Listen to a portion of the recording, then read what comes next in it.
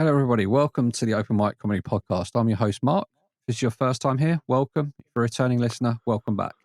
This podcast is here for everyone on the open mic comedy circuit, whether you're a comedian, an MC, a promoter, a tutor, even comedy fans who really do enjoy spending their afternoons and evenings in pub basements, watching the possible stars of the future. If you're thinking, I could do that, then this podcast will help give you the inside track on what to expect on this crazy circuit. Today's guest is a man who's taken on the role as a comedian, a promoter, and an MC. A well-known man on the scene in London, a Camden boy, but also venturing out the capital and sharing his stories all over. He will ask you if you're about and if you would like to clap back to reality. So please welcome to the stage is Mr. Gary Walsh. Thank you very much, Marc. Thank you very much, my friend. Hello, mate. How are you doing? I'm doing very well, thank you. Just coming out of the bank holiday, I'm feeling all right. Yeah? Yeah. So come on then. How did you get started? Let's get straight into it. How long and what made you want to do this? Well, I always, from very young, I've liked stand-up from a child. When did you have cable telly at home? Not really, no.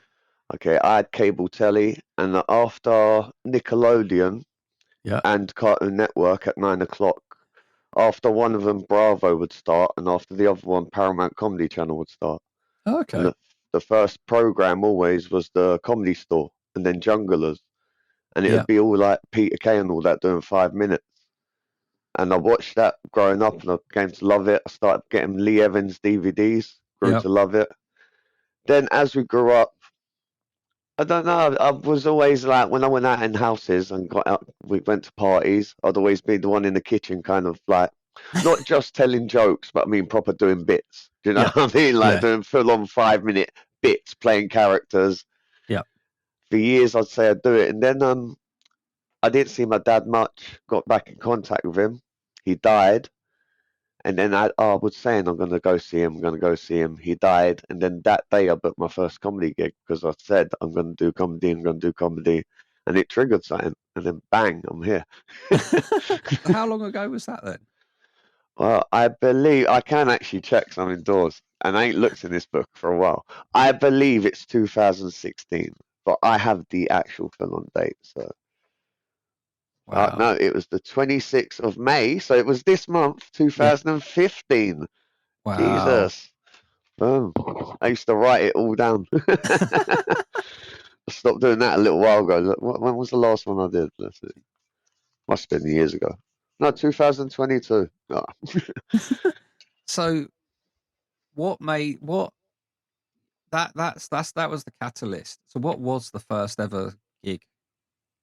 My mate, I knew a boy called AJ, who we have a mutual friend. So my uncle used to go out with his cousin, I believe, and my uncle was with her for like, I believe it was like 15 years or so. So I'm really close with her. And when I said I was going to do it, started ringing around. She went, "Oh, my cousin does it. I can get you on."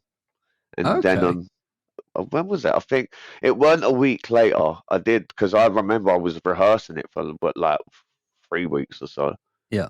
But I had booked it within the day. But yeah, a month later I was doing it, and then I brought 30 people along with me. I bet they loved you. Well, they were proper supportive, and it went really well. Funny enough, the MC was Carl Wallace. Really? Yeah, he was the MC that day, and I'll never forget this. He said that was the best first gig I ever heard.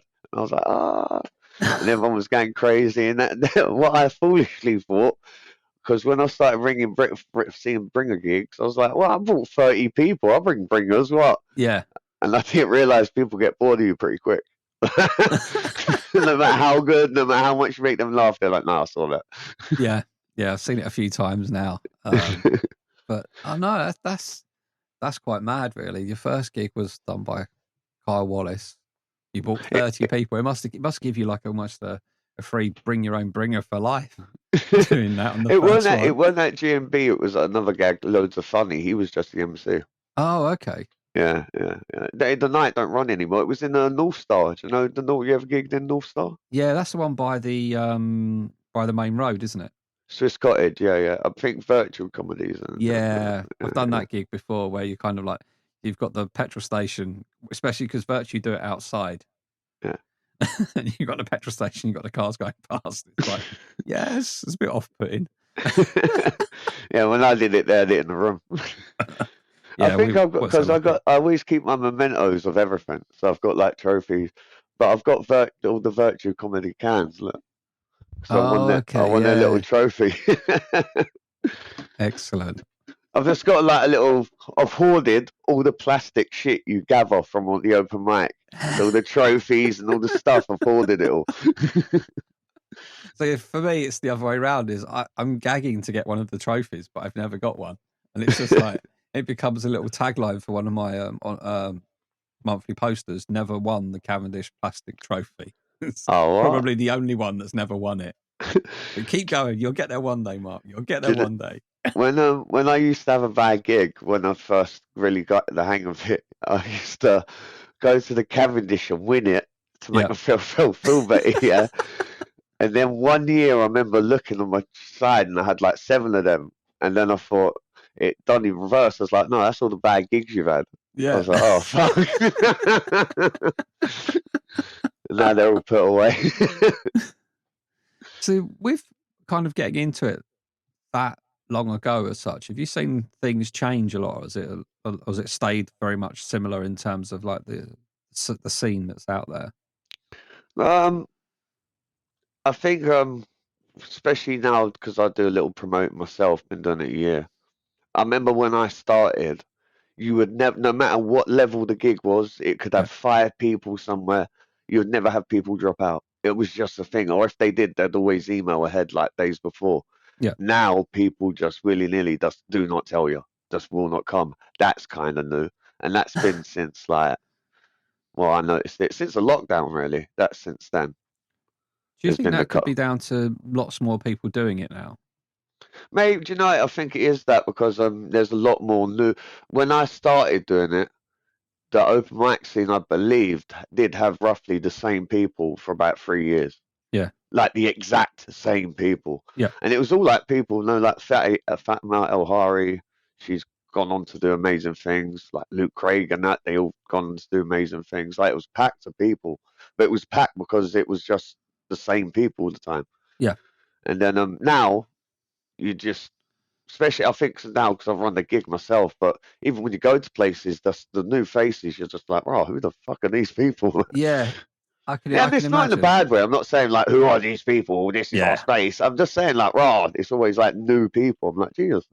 Yeah, I think there's a lot of. I think I don't know if it's the advent of courses and stuff like that have made things like this a lot more accessible to people, and a lot more people are jumping on the bandwagon to give it a go and then see what happens. And those that get through the course structure then end up going, okay, a few of them will carry on doing it and then take it on. And yeah, you just get a lot more people, I think. And if I've noticed on like Facebook, Instagram, especially TikTok now, especially crowd work, but stand-up videos are all over the place now. Yeah. And I think people are just seeing it more on places like that. And like, oh, as you said, that I can have a go at that. Yeah. That's how I started. I can have a go at that. I Yeah. can do a podcast. But yeah, it's I think nowadays especially that you don't need anything special to do these things in the modern day, you know. Yeah. And like you say, when you see so much stuff on TikTok and stuff, and with all the crowd work bits, which are the most engaging parts, aren't they? Very few people will watch, I guess, people doing a quick 30-second clip with no audience interaction. The audience interaction is what gives the viewer the want to carry on following that person and want to watch them and stuff like that. So yeah, Also, it's the safest material to put online because if you were doing an Edinburgh show or an hour show anywhere, anything like that, you just would not put your material online. You're going to obviously do it. yeah, And obviously, if not everyone does the Edinburgh route. There's a lot of people that just go to the clubs and just do their material in clubs up and down. And even if you're doing that, you wouldn't want to put your best online. But crowd works a one-off. You did it there and then. So, you know, yeah, if you've got a certain reaction, like that happened there, so you can put that online. Bit like roast battling. You only yeah, say that joke once, so you can always put that stuff online too. yeah. That's church because you're a bit of a roast battler, aren't you? Yeah, I've won one or two, but it's I actually say this, every time I win, I'm like, yeah, it's about winning, and every time I lose, I'm like, well, it's just about if they laugh, you know? That's what I say about people that do gong shows. Those that say they love it are the ones that have got through, and the ones that say they hate it are the ones that haven't. Yeah, I've got no like. I think I've because my heart goes completely like when I first started doing it. My Yeah, heart just starts beating fast. The words stumble out my mouth, and I'm like, oh no, I'm off. I remember I done it at Top Secret. I didn't even say anything. I just got on the stage. I went to pick the mic up. Someone shouted out, "He looks like Daniel Radcliffe." They all started laughing. And then 15 seconds later, the cards went up. They started laughing so much, I didn't get to say anything. I was like, really? You can get me off for that? yeah, that's a bit But to harsh. be fair, I should have had more bottle about me. I should have gone up there and said, "Hey, hey." Yeah, Alakazam. So that actually kind of leads on quite nicely then to really about what's your worst and best moments ever on the stage? um, Probably at the two. I've done two Gong shows, yeah, and they are probably the worst. Yeah, And the best. I like gigging out of London a lot because out of London you tend to have more of a proper audience. yeah, A lot of the out of London places, even if it's just to cover your train fare, they give you some sort of money. And when you take any sort of money out of this, it's like, oh my God, finally. yeah, And I don't. It can be from fiver, it can be to £50. It's just when you receive money for something you've made up at the top of your head, it's like, oh fuck yeah. yeah. I've had it happen. I've kind of had it happen once where I was asked to MC a night, and the guy said, I was a bit wary about should I do it or not because I wasn't that confident. And he said, I think you can do it. I said, all right, yeah. And he said, I pay the MCs £50 a night. I was like, I can't take your money, Yeah, not on yeah, the first go. And he said, well, I'll buy you pizza then. I was like, okay, that pizza beforehand, that classes me as earning something for that gig. That's my yeah, first bit of I class it as my first bit of paid work yeah. and only bit of paid work to date. But it's I can imagine it's nice when people say, yeah, we're going to give you whatever for turning up and making people laugh, and you're just like that. Yeah, it's cool. It's nice. I had one in Bristol, and they were giving me, I think it was £40, but I didn't have a good gig that day up there, and I didn't, bother getting the money off him because I proper felt like, and he was like, "No, I'll give you the money still," but it wasn't that I did put like this. Is probably my ego. I didn't know I didn't Yeah, weren't shit, and I weren't. It's just that I had about a 2 minute story about me getting kidnapped, and they didn't really warm to it, but they liked the first 5 minutes of the set. And then after that, the next 3 minutes kind of suffered for it, like because they kind of really shot off. And he was like, "No, it was really good." Like, actually, I brought him back, I think, on the last two jokes because the kidnap story goes on to another bit, and it just completely failed all that. And then after, he's like, "No, I still give him the money," and I was like, I didn't even want to send him the invoice. I was like, "No, it just weren't." yeah, You know what I mean? I'm not gonna take, I'm not gonna take any sort of money if, like, if especially a big section of it was poor, like yeah. proper. I've got some sort of morals. No, I think a lot of people. I think it's a good way of looking at things because you kind of know in yourself whether you earn that or not. Yeah, yeah, yeah, Just turning up isn't earning it. You know, performing and doing your best is what's gonna you come away and go, yeah, I've earned that. Whatever it was, whether it's a 5 or a 10 or 20, 30, 40, whatever, I've earned that, and I'm proud of that piece of work, and I entertain people. yeah, yeah. And also, and it's also a lot my fault because I'd got in such a vibe. When was that? I think that was sometime like last November. But I was on a string of gigs where I've done. I think October, November was all brilliant for me. Yeah, And I was just arrogantly just in it. I just thought that I can just do that bit and never put it together as a set. And yeah, especially when you got money for it, it ain't like open mic. Like if even as I said, if it's a five whatever, if someone exchanges money, especially at the level I'm on, like you should be like, I'll give you my best. You know what I mean? yeah. Yeah, I always like it whenever I see you go off and doing like gigs around the country, and you say, "I'm going to give them the best 15 minutes of their life" or something. It's like they don't know what they're in for. Yeah, if you see me on the way and it says I'm going somewhere, if you don't see nothing after, it's like, no, you had a bad gig. You had a bad gig. You didn't give them no time. But I tell you what, out of London, because London, the competition just to get people in the building in London's hard. But Yeah, out of London, they're so appreciative. There are yeah, some yeah, places that, like I've done it in the attic, I believe somewhere outside near Southampton. They like they packed the room and they loved it. They loved that setup, premise, punchline. And yeah. I walked out of there thinking, and they had a green room, and I walked out of there thinking, do you know what? I could do the Apollo in here. I reckon I could do the Apollo. Yeah, it's a different vibe, isn't it, outside of London? I think because in London you've got comedy every single night, haven't you? You're Yeah, overloaded yeah, with it. Whereas if you go outside of London, you come to whichever town, it's like they're just in the situation where they just want it because they don't get it that often. yeah, And yeah, when yeah. that happens, you've got that fixed audience, and they're not going anywhere, and they're gonna want to enjoy it rather than them going, entertain us. Yeah, You be the yeah. jester for the night. It's not none of that.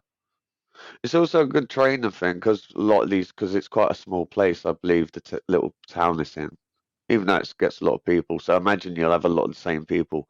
Yeah. If you did it there like twice in 2 months, you couldn't do the same material. You know what I mean? No, no, no. So it would train you to like. I guess you could do one or two. Like if you had your grade A jokes, like they could have that. Yeah. But you couldn't do the whole thing word for word. 'Cause the majority of the people would have seen it. They'd be like, "Oh, I've seen this." Yeah, yeah, Yeah. yeah. So, with you mentioned you touched on earlier about running your own gigs. So, what made you decide to do that? A mixture of because I just enjoy. I emceed once. I really enjoyed it, and it was kind of hard. Unlike unless you, I don't know. It's like a lot of building trades, or a lot of jobs. You need if you want the job, you need experience, but Yeah, they won't give you the experience. You know what I mean? yeah, Like, yeah, so I just set up my own ones mainly to build the experience. Plus, I had an idea for a competition yeah, that's turned out to go pretty well. yeah, yeah. Well, I And wanted to touch on that because the the thing that I really like about it is everyone gets a fair crack of the whip as such when it comes to voting. yeah, yeah, And just to give people a background, a lot of the competitions, you'll pick your top one or two, three, whatever, and then whoever gets the most out of all those wins. But then the way Gary works is you rate every act out of 5 or whatever it is, and that means everybody's getting scores. So everybody's getting some kind of feedback in some kind of way, rather than it comes down to ultimately the person that brings the most people is probably still going to be the person that's going to win, but it's never going to be quite as clear cut because no, the way I've got a bit battled against that. So in the first few months, I did notice that. So now what I do, I hand out, and especially what this helps, 'cause sometimes people leave and you can't help that. What I do is I hand out 9 to 7, and then I only give it to certain people. So just say I see a comedian there with 3 people, I'll give yeah, one to one of theirs, and then I'll go to someone else, give one to one of theirs, and I'll spread them out throughout the room. yeah. Bang. And then I handpick the people I give it to. So bang. That's how I battled it. That's how I battled it, man.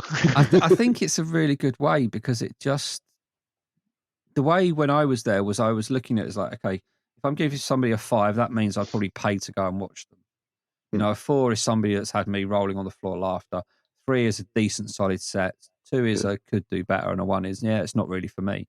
But yeah, it's got that I'm not just picking 3 people out of a room of 15. yeah, yeah, yeah, And I think when you do the judging in that kind of way, you're biased to what you've recently seen as well. So there's always the people that go first. That it's always kind of said, isn't it? Those type of competitions is you go first. It's hard because by the time it gets to the end, you're not really remembered because there's so much more that's gone after you. yeah. Whereas this way, people scoring as they go. Therefore, it just has something else about it. That's why I tend because I have like 15 per heat. That's why I have it in 3 sections, just to keep the people a bit more fresher. To keep the break, each break keeps you fresher in memory. Do you know what I Yeah. mean? Instead of just sitting there and seeing 7 and then 7 or whatever. Like, But the other thing is that, I mean, if we go through a list of the people that are, because just to give a peek behind the curtain, the grand final's happening in about 5-6 days' time, isn't it? Sunday, yes, this Yeah. Sunday coming. So to give you an idea of who the quality of those in the final is, Samira Banks is a finalist. She is, but she's in Manchester right now gigging. Oh, okay. So she might not be able to make it, but Noreen Skinner's her replacement, and she was the runner-up in Britain's Got Talent. Yes. No, semi-finalist in Britain's Got Talent. Runner-up. Jesus, semi-finalist she was. Yeah. I actually I spoke to her only last week. And she's a lovely lady. Absolutely lovely. She is really funny as well. Yeah. But all the people in the final all gig, like Alvin Lou and all that, they all gig in the Comedy Store, in Vauxhall, Big Belly, if you call it, whatever it is now. They all gig in them places, you know what I mean? And they're not doing gong shows in there, they're gigging in there. They're doing the proper stuff. You see, like, I think you've still got Matt Healy. Yeah, Matt Healy's on Hassan. El Habibi's still on. Ibs, he's doing it. Vinny Ting. Danny Scott's one of the wild cards that's took a replacement. Yeah. Andrew Dimples took a wild card replacement. Yeah. There's 12 of them. And I remember I've got the post. Got the wonderful Raj Pooja headlining as well. Cool. And he is high level comedy, very high level. He's been doing it a long time. Yeah. And he does all the big places.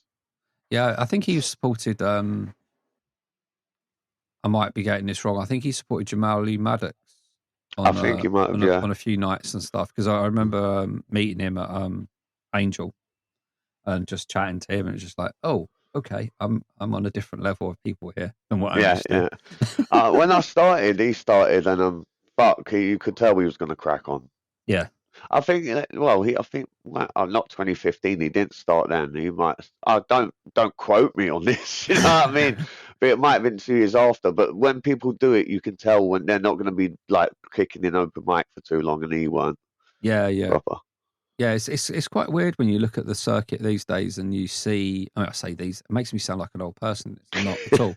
But there is definitely a thing where if you like comedy outside of the open mic and you like comedy and then you start liking comedy within, you can kind of see the people that are within it who are going to soon not be in it anymore.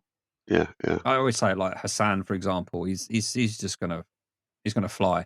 Go and go. Yeah, and I met him at an open mic night in St Albans, and it was just like, that was good fun, and got chatting to him, and just like, it's ridiculous. You see some of the talent that some of these people have, and but the shame I've seen the other, because I've seen people really good at it that didn't get in the time they wanted and stopped. It's completely stopped, and it was like sometimes with things, because I love this enough. I used to say I would have done just open mic forever. And I'm not, as I said, I'm not on no mad level at all, and I've still got so much further to go. Yeah. But it's increased enough to make me actually do it for a long term now. Yeah. Not just say it in my head, actually it's increased enough. I'm like, I could do this for a couple more years easily. Yeah, I think it's such a grounding stage as well that it's not unpressure. It's not like you don't feel pressure. You do still feel pressure because when you get to a certain point, I guess you're not just getting your 5s, you're getting your 7s, you're getting your 10s, you may be getting the odd 15 or whatever, headlining these open mic nights, and you want to be doing the best that you can do for those. Yeah. In that, it then helps everything with the progress, and you can then start going into split bill shows and stuff, and you can see the whole progression. You can see who's going to be doing it. The thing that really helped me, is getting a good 20-minute video. And I wasn't meant to do a 20-minute set. But my lovely friend who I love very much, Stephen Main, I was doing his gig, Tall Tales Cocktails, in the Rosebery Theatre, and I'd forgot to turn the watch on, and I'm just going and going and going. And I said to him, how long have I done? He said, no, you got a few more jokes, keep going. And then when I went and checked my phone, I checked from A to B and it had been 20 minutes. I was like, oh, fuck it, that's another 20. Hey. Yeah. So, and that's the video I started sending out. I think I got that last year, April. Sometime last year, April it was. And that video has really helped. That's the most response, like it gets much, when you got it in private. Yeah. that's got the most views out of anything I've ever sent out. Yep. It's a great video. There's laughing throughout. It's got me the most responses back. Proper. And once again, we're not talking hundreds of responses here. We're just talking the most I've ever got. Do you know what I mean? Like, proper. Yeah, there's a level to know. Anybody that goes into this thinking they're going to get thousands upon thousands just from doing open mic stuff, hits and stuff like that, and views. Don't get that out of your head. That's not happening. You need to be. I mean, if I put videos up and I send them out, and I can see the numbers, and I okay, there's one that's getting into nearly treble figures, and you're like, that's nice. Yeah, it's nice. People actually sing it, and you see how far people get into it. Okay, that makes me feel good. But most of the time, it's just like, this video's had 6 views, and I know at least one of them was me. You should learn to get more devices and just leave them all on.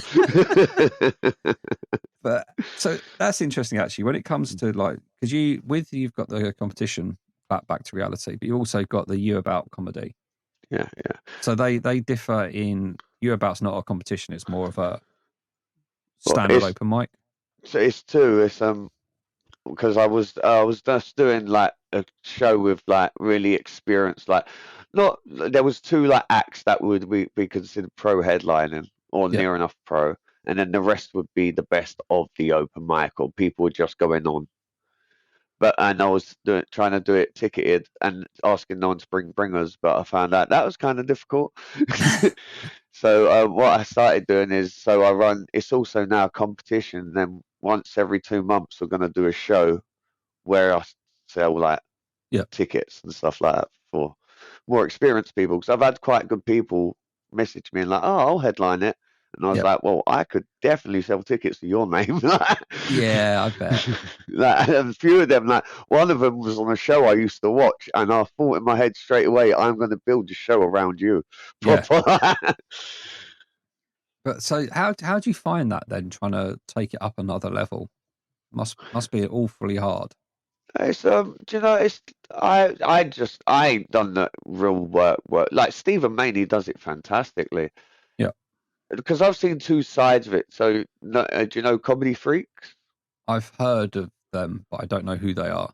Comedy Freaks has a great, like, if you search it on the internet, they come up great in London. They come up one of the first, great. I don't think one. So they come up first in King's Cross, and they come up one of the highest in London. And they work off the algorithm, and it does them wonders. And they pack the room every time. They're always high class comedy. And then Stephen, he uses flyering, and he's probably the best at that. But the people that used Jeremy with the algorithm always made sure that they gave him a 5-star review. Yeah. Done it so much that now he don't have to. Yeah. So he picked the work, and he didn't harass people. He asked them, can you do it? Yeah, we'll do it. Yeah. And then Stephen, he does it with the flyer in. Or if you put in the effort, you'll get something out of it. If you don't tell anyone you got a comedy night, they won't come. Like, you know what I mean? They got to know it's there. I know people that like throw nights, and they just throw it, and it's just on. It's there. You come and you go. Boom. Yeah. I think that's where you need to kind of get your axe in on helping promote the night as well. And even if you go down the non-bringer route, it's just like just put this out there. The more people that see it, there's more of a chance that people are going to come along, and even passers by, maybe even doing like Steve does with the flyers beforehand. I think that's you're catching the traffic of people who have stopped to talk to find out what's going on. So they may go, yeah, right, I'll come in and have a look and see what's on. But yeah, I think it's hard. It's hard. I can see it's very much hard work, but could be quite rewarding if you get a name for yourself. I know other people that do other sort of events, and they gave me a bit of advice, and I might start doing this. It's too late now to do it for Clapback Final, but they only told me this 2 weeks ago. But they said what you should do is message like companies. Like I got ASOS near me, the clothing company ASOS. Yeah. And I think it must be their main building because it's a massive building. There's like over 600 of them in there. Yeah. And they're like, message their HR and offer them free tickets. Just say, if you lot come, we'll give you free tickets. And if you get an office building of people that get into start coming to your night, they could come regularly, and then you've won half a battle there. Do you know what I mean? Yeah. It's definitely look for what's around you in the area and take advantage of it, because it's there for you. It's on your doorstep. They probably don't even know it exists. Yeah. But a good thing about Camden now, because Camden used to be like the hub of music. Yeah. And I think because it don't get me, Dublin Castle still has live music and whatnot, but there's much more comedy nights now in Camden than music by far. Okay. And really good. Like there's, as I said, you've got Comedy Freaks, Comedy in Your Eye. That's proper audience. Yeah. Sunday Sticks are very good level of open mic. You've got You About Comedy and Clapback. But yeah, like, and you've got like GMB does it in the Star of Kings. You've got TNT and what. There's loads of comedy in Camden. Yeah. When I guess you start thinking about it, what's actually around, you kind of go, yeah, there's a good few music venues, but there's a lot of pubs putting on comedy for you and stuff like that. And it's finding those places and finding the places you want to perform at. But so how have you found dealing with people that are a bit more pro, shall we say, for you about in terms of sorting headliners and stuff like that? Well, so far I've been using people like for the free shows I've done. I've used all people I've known, because I said I've been doing this since 2015. I know quite a few people that have cracked on. Yeah. So I used up all my friendly tokens. Hey, I've run a night now. Do you mind coming down? Yeah. Like that sort of thing. But the next, I don't want to start dropping names. Like they follow the night. So if you wanted to have you could go through. But I'm gonna put a night around a certain person that follows it strictly because I was like, rah, definitely you're coming on. Yeah. Yes, it's quite good when you see some of the open mics step it up as well. For like I spoke to Matthew Alley from Rise Up. Oh yeah. And you see the some of the people they get on for some of their nights, and you kind of just go, oh, that's proper. That's on a good level. He's in the clapback final Sunday. Yes. He's in the final. I'm not surprised. He's extremely good. Nah, proper. Like because I've always like one thing when I'm doing the scores, people come over to me and like, can I see my score? And I always go to them, you shouldn't. Trust me, you shouldn't. Like, unless you win, you really shouldn't. Like, yeah. But when people do it, you can kind of tell by how people laugh, but you're like, you're gonna go through. Yeah. Matthew's really, really good. But you see the level of acts that him and Zach have managed to get on to Rise Up, and I always think that when it comes to watching acts like that are that much higher, you as an open mic comic have to sit there and you have to watch them and you have to pay attention, and you almost have to use it as like a learning phase. You're watching an expert do this, and you try and take as much information that you can get from that as possible. Yeah. Because it can't do you any harm at all. They'll always give you the best advice, because I went straight into this and all the advice I got was on the go, and I remember every bit of thing I've ever been told. But it's always the pros that really like. I'm not, once again, not men. It's not like I'm sitting here meeting Lee Evans every week or nothing. It's just that the one or two I've met, they've told me like really things I've really remembered. Like, may it be like, I remember when I first started doing this, someone told me, just stop repeating the word and.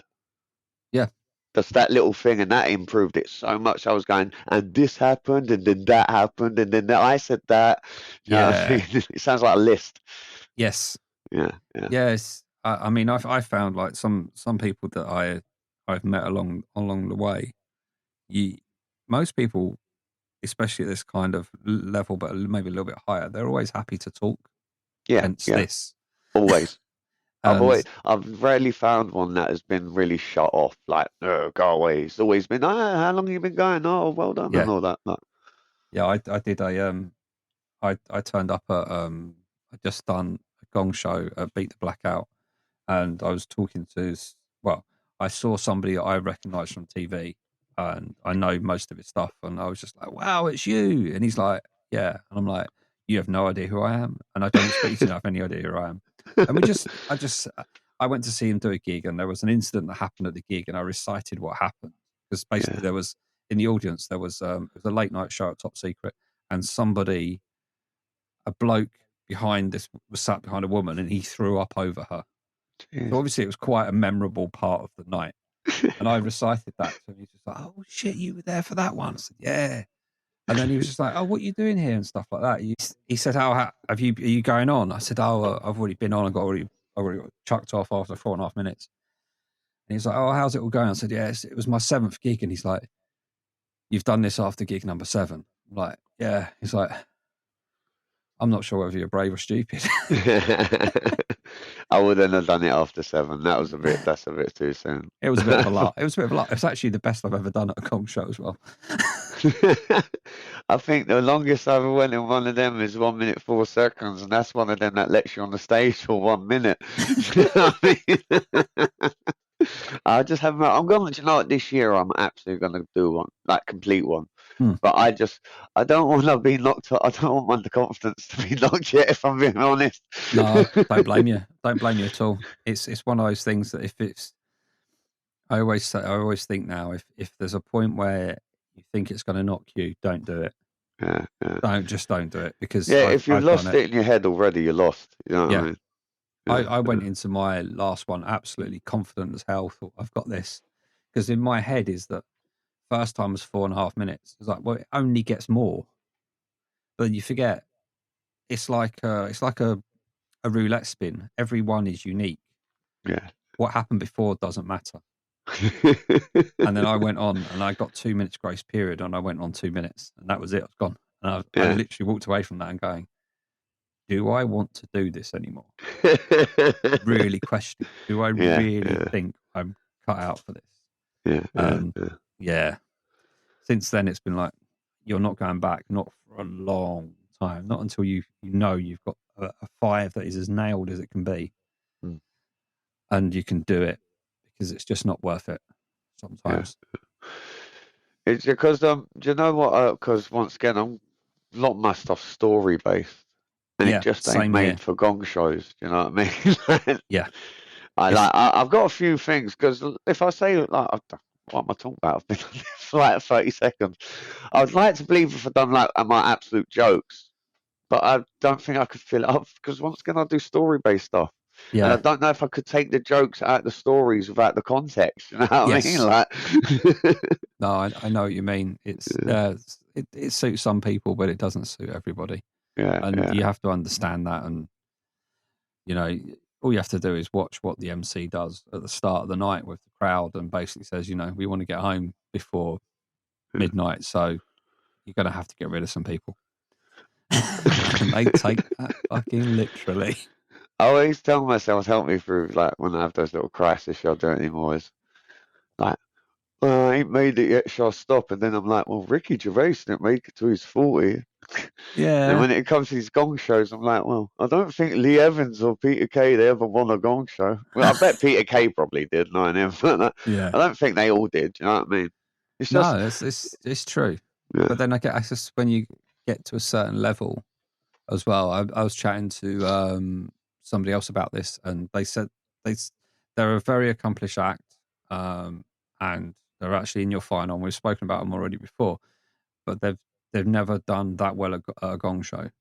And he keeps saying to friends, I might go back and do it. And his friends keep saying, what are you trying to prove? Yeah.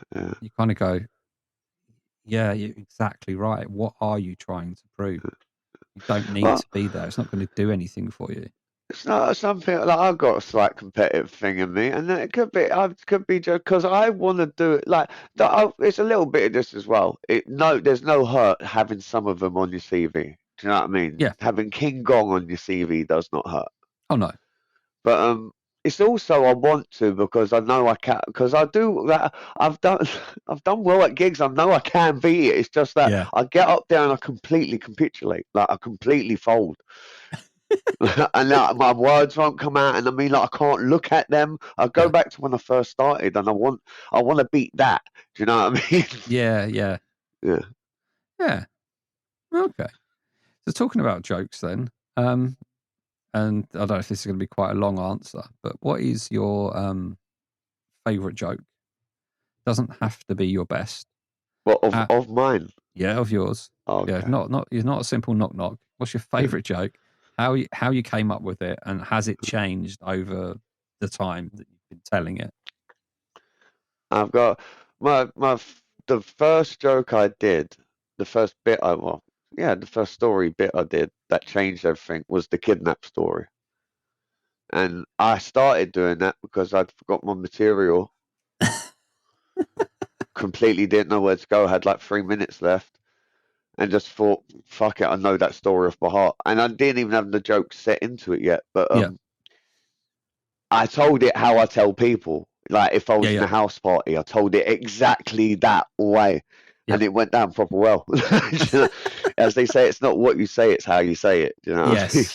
Yeah, very much. And then as time goes on, I've learned to add more joke. And don't get twisted. So no, the facts haven't. What's happened in the story hasn't changed, but little tweaks have happened, like to make it slightly funnier. You know what I mean? Like, but like that was from even when I tell it, because I know it off by heart now, because it's the story I lean back on for that reason. If I'm ever somewhere and I forget, I go, "Who wants to hear the kidnap story?" And they were like, "Yay!" You know what I mean? And then right now, my favourite joke that I'm telling is I've got a joke because I've got a rare type of blood cancer. Oh no! This will ask for money, Mark. And then I've got this joke about I go to the Royal Free Hospital.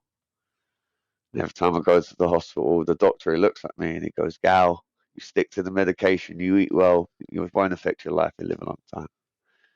And I go to the clinic, I look around, I'm the youngest one in there by far, everyone's 65 years old. And I get really upset. And I'm like, "Gal, you're not going to last a long time, mate. Just once, I'd like a kid to walk in there." I love saying it. Yeah. I love it. Not it gets laughed, but I love sometimes it goes, "Oh!" Yeah. I love that. Yeah. And I remember even thinking when I was sitting in the because I thought about it in the Royal Free, and even when it came to me, I thought, yes, yes, yes. Proper. Yeah, it's one of them jokes that flips it on its head. When you start off with it, you're thinking, "I'm not going to live long," and then you say, and then you get the, and I think sometimes the gasp is as good as the fun. It's the gasp is the people want to laugh, but they're not sure if they're allowed to laugh. And then you make it that they do laugh. And then my favourite bit, I think I messaged you about this before, and I don't know if this was a new bit that you added in, was I don't want him to die. I'm not some kind of monster. And when I heard that for the first time, I just like, it's great. You've taken these people on this little, really short journey of like feeling sorry for you, then potentially hating you for what you said, then realizing they can laugh and it's a joke and you're at a comedy show, and then you say, "No, I'm still a good guy," and you take them on that, and I think that's just so nice. Yeah, even saying it, I love it. And another joke I love doing, but this is because it takes up time. But it's just because I've got this I've got this bit where I make the audience sing an Amy Winehouse song. Yeah. Been there. And I'll tell you what, when I get the crowd going, it can like when I'm doing the Camden Eye, Comedy in Your Eye. People say when they're downstairs, it sounds like you had the whole. I said the whole place was singing. You know what I mean? Like it's such a great reaction. And the joke to that the joke used to be quite harsh. I can't even remember what it started out as now. But that used to just get oh, now it gets yeah. And it's like it's connects to a drug use. You know what I mean? It ain't groundbreaking. No. But it's a joke where people go, "Oh, I can see what you did there." It's quite nice that, and I guess that's one thing we didn't mention with Clapback as well, because of what you just mentioned about the blood cancer, is that the money that's earned from Clapback, as well as some of it goes to the winner. There's also a large portion of it that goes towards certain charities. Yeah, Cancer Macmillan. Yeah. So the Macmillan nurses and stuff like that. I think that's just such a nice thing to kind of do and give back. And it's I know it's not just commendable, but it I guess it makes people want to give more as well, because they know that's happening. That it does do, Mark. That it does do, my friend, and I found out. And also, it will come back to me. So You know what Yeah, I mean? yeah. No, I do feel like it's a bit because I've done a bit of bad madness in my life, Yeah. and I just feel it's a good bit of karma to do. You know what I mean? Yeah, yeah. I mean, from like personal experience, I know how much some of those charities rely on stuff as well. Yeah, Because both my parents died from cancer, and I yeah, saw them die in a hospice and stuff like that. And you see what goes on, and you just realise that you you find it hard to understand how somebody can walk away from that job that they're doing when they're caring for somebody in that situation and just go and then yeah, come back yeah, the next day and do it again. yeah, yeah, yeah, And those people there need as much support as the people they're offering support to. yeah. Do you know when I was in the Royal Free, I stayed there 17 days, and they are run ragged, and it's amazing how they keep a smile on their face, proper. Yeah. Because I've got a short fuse, and I'll tell people to fuck off. You know what I mean? It does. It takes a certain person. Yeah, yeah, and you can't until you've met a person like that. I mean, I know family members that worked in the NHS, and they'll come home after a shift, and you're just like, how did it go today? And the look on their face kind of says, yeah, it wasn't the best day, and you're just like, God, yeah. But no, I think it's so commendable, and I think it's really nice of you to give money back to them as such. You're on mute. Your headset's on mute. Pull the handle down. There you go.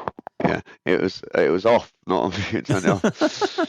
But what's it? Yeah. So if anyone did want to come to the clapback final, you'll be supporting Macmillan as well as everything. Yes. So Yeah, I'd encourage everyone to go if they're available and free and in the area. Get along there, and the lineup is very, very, very good.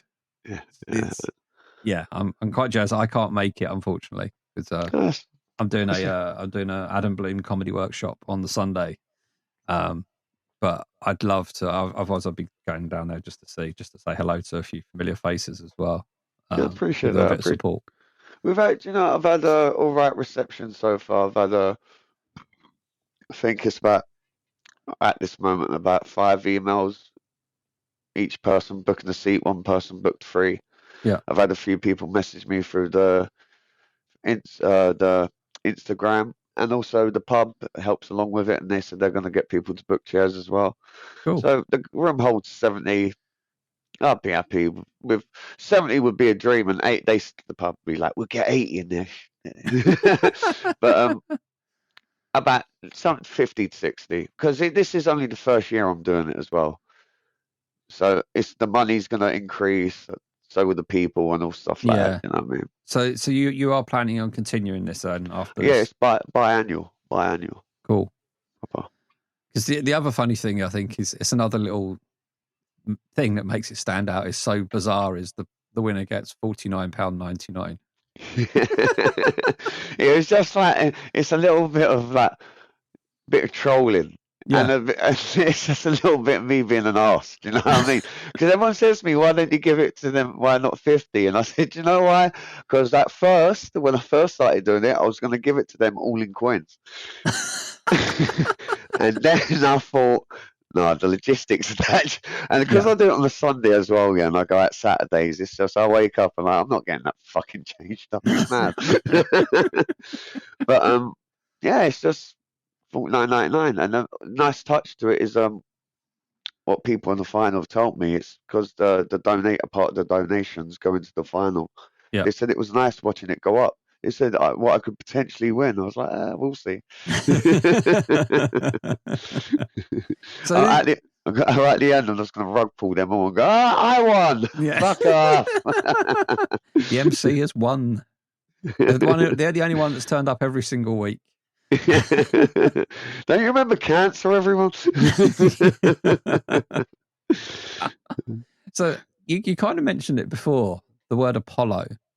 Because one question I do like to ask people is if you were ever to become super famous and the BBC come knocking and say, want you to do your 20 minutes Hammersmith Apollo in front of 5,000 people, and the producer comes up to you and says, what walk-on music are you going to pick? What is your chosen walk-on music? Oh. See, I've done white collar boxing fights too, and I had to pick walk-on music for that. I probably. Do you know what Ben Pierce? What I May Do is? What's that? Ben Pierce, What I May Do. It's a house song. Oh, okay. No, it's not my type of music. But... You don't look like a house man to yourself there, Mark. You know? No, but it'd probably be that, or yeah, because a lot of my favourite songs are like slow jams, like Boys to Men and stuff like that, and that ain't walk-on music. Do you know what I mean? Like, till the end of the road. Do you know what I mean? It's just not good. So yeah, it'd probably be that, or probably a garage tune. Oh, you say that, but sometimes a well-known tune gets people on your side. Yeah. You know, putting a garage tune out to 5,000 people who have no idea what it is are probably just going to go, "What the hell?" You put out Boys to Men, and they'll be like singing along and kind of like smiling before you've even done anything. You never know. No, but the garage tune might pit them into what they're going through. Might give them a bit of heads up. I'll come out to Boys to Men. They'll be, oh, this guy's all wholesome. Then you turn the tables. Yeah, I've been kidnapped and want kids to die. Fucking hell. You edit this, yeah? Yeah. Occasionally. Not very often. I'm joking. No, it's one thing I do like having about this is that I try and keep it as unedited as possible, just to so it feels like a natural chat. Yeah. And that's what we are doing, just chatting about crap and stuff like that. So with your with you being kind of on both sides of the open mic circuit these days, what is there one particular thing you'd like to see change? Could be as controversial as anything. You don't have to justify it a little bit and tell us why, but don't be afraid of upsetting anybody or whatever. I wish. Well, I guess some places, like, that's why the Comedy Store and Big Belly and all these places have gong shows. They are like auditions, I guess. But I just wish the bigger clubs there was, because it's just not easy to get through to them. It takes years sometimes you could email them for years and you could be a great comic. Yeah. And sometimes it takes so long to get to that point. Yeah. And as I said, I've seen a lot of good people drop out of this, and they probably would still carry on if they'd have just got that heads up a little sooner. You know what I mean? So yeah. But then again, once again, when as you said, we said at the beginning, there's a lot more people doing it now. And you can't. I get the point. You can't give everyone the time of day. Do you know what I mean? So I get that there's an oversaturation, but yeah, it's just very difficult to go from open mic, like go to really well open mic, to the next step to paid. Like, you can even get paid but not be there. Do you know what I mean? And I think we're the only people that do what we do at a high level that don't get paid.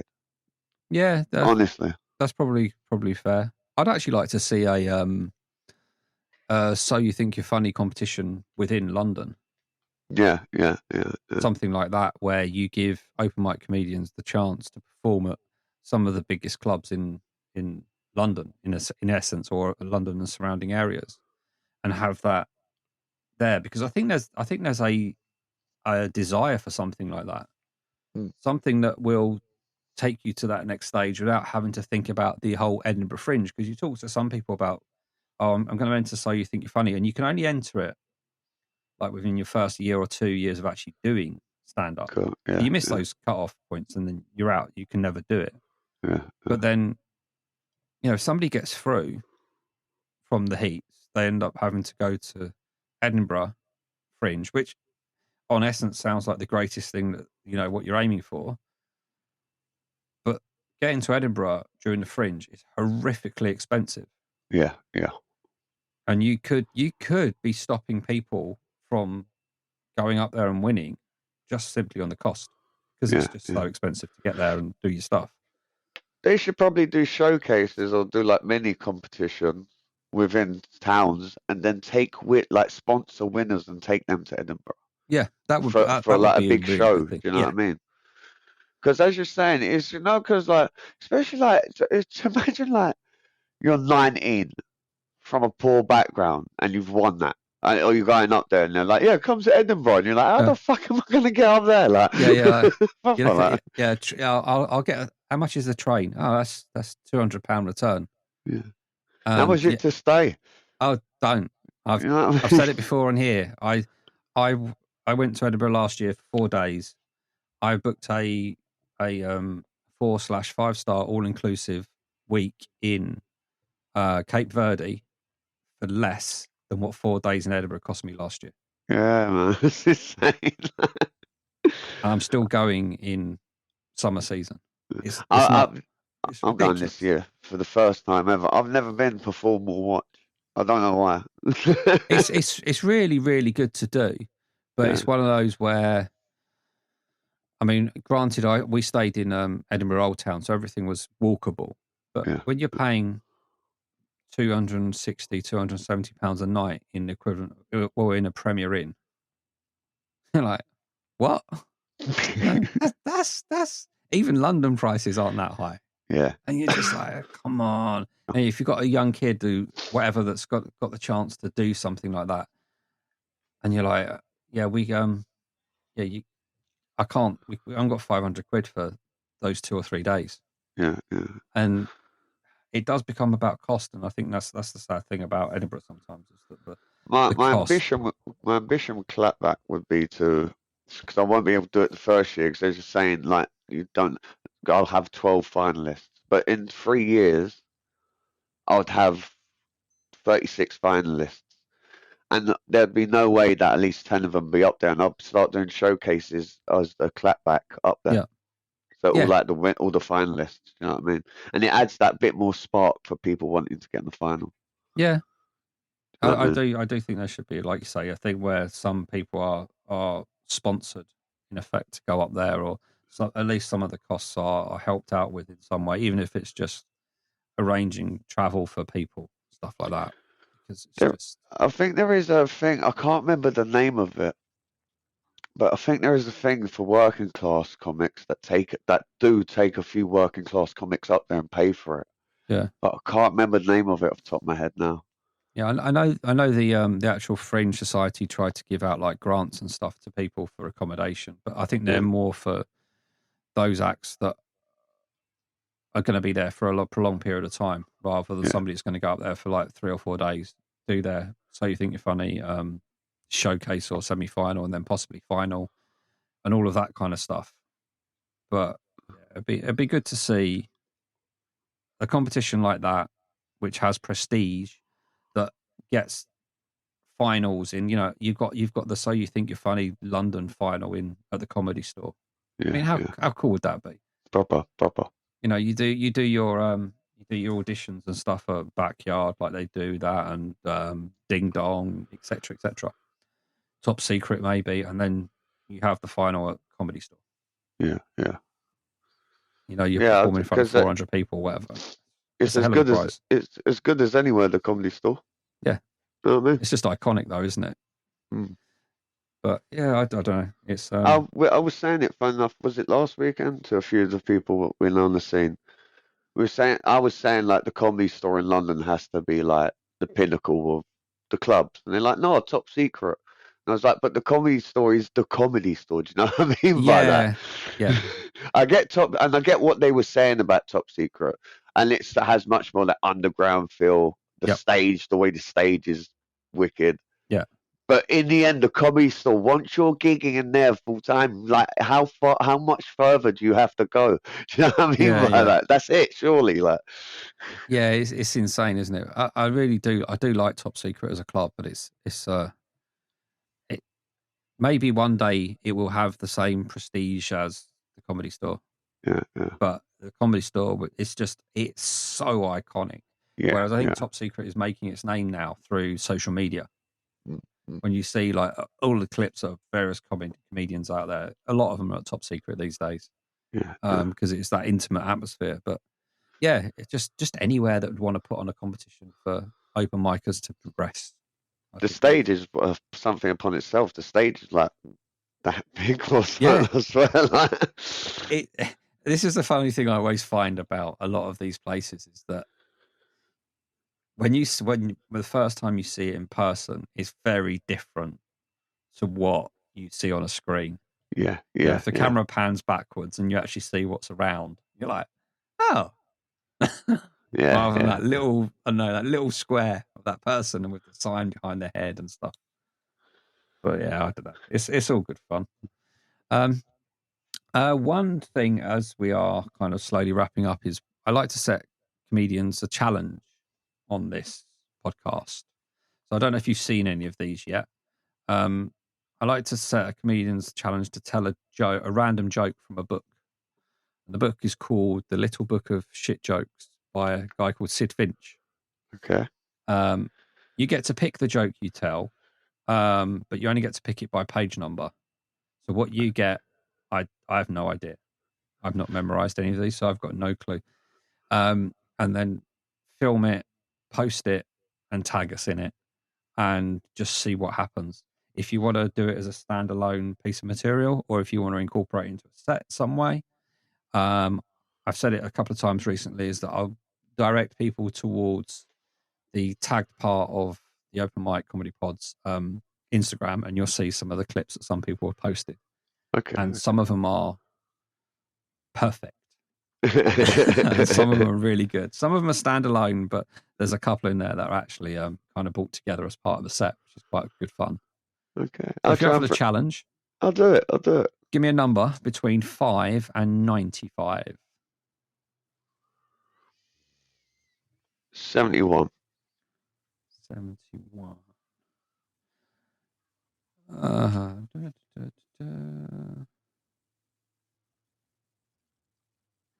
Do you want? I'm going to give you joke 1 because I don't understand joke 2. No, I do actually. Do you want joke 1 or joke 2? The one you didn't understand. Fuck it, why not? Right. What does ET stand for? What does ET stand for? The national anthem. I don't get it either. He has to stand up for the national anthem. As in... What was the other one? Joke 1. I think joke 1's better. Because that one, we struggled on. I don't do this very often. But we'll scrub joke 2 out. Do you only use that page once? I only get the joke once. See, it's my page anyway, so fuck it. No, but if there's 2 jokes on the same page, then somebody gets to pick only one of the jokes. But I'll give you joke 1 because that one I'm not. Yeah, if I'm confused and you're confused, telling people in an audience is going to be really weird. Yeah. Right. The joke number 1 I'd like you to tell on stage is: I quit my job as a PA to a helium addict. I refuse to be spoken to in that tone of voice. I agree. I will. I'll do it Sunday if you like at the final. Whenever you want, however you want. There's still people out there that haven't done it yet. So yeah, do it whenever you feel best and stuff. And I'll do it at the final. I'll send you a clip of it at the final. And you can change the joke in certain ways, so you don't have to say EA and all of that kind of stuff. You make it fit however you want. I gave an example to somebody. I'll say it as you said it. Okay, fair enough. Proper. Trying to give you a caveat and a get out of jail free card, but no, you don't want that. That's fine. I'll send you a picture of that joke so you can use it. But no, I think it's been a lot of fun today. Yeah. Really enjoyed chatting to you. How can people find you? Well, yeah, you can go onto my Instagram at GW_comedy or TikTok GW_comedy. You see the pattern that's that? There's a pattern. And then my Facebook is just GW comedy. Though the Facebook ain't really used anymore, so let's just stick to Insta and TikTok. Cool. You can. And what's the clapback and oh yes, you are as well. They are both Instagram pages, and there's clap_back_. you_2_reality. Yep. There's you_about_comedy. Bang. Yeah. Simple. Simple. And you can find us on Instagram at Open Mic Comedy Pod. We're on the W's at openmiccomedypod.com. Whichever platform you're listening to this on, please give us a follow. A nice little 5-star rating would be nice. Write a review. If you've got any bizarre questions for Gary on Spotify, you can actually ask us questions as well, and I can pass them along, and you maybe even be able to answer them for you. Yeah. And if you've got any friends that you think would enjoy this, anybody who wants to try stand-up comedy, please pass this along to them, give them some insights on what to expect. And any comedians that want to appear, drop us a DM on Instagram and we'll look at getting you on. So until next time, thank you for your time today, Gary. Cheers. Thank you, Mark. I appreciate it. And I'll speak to you all very soon.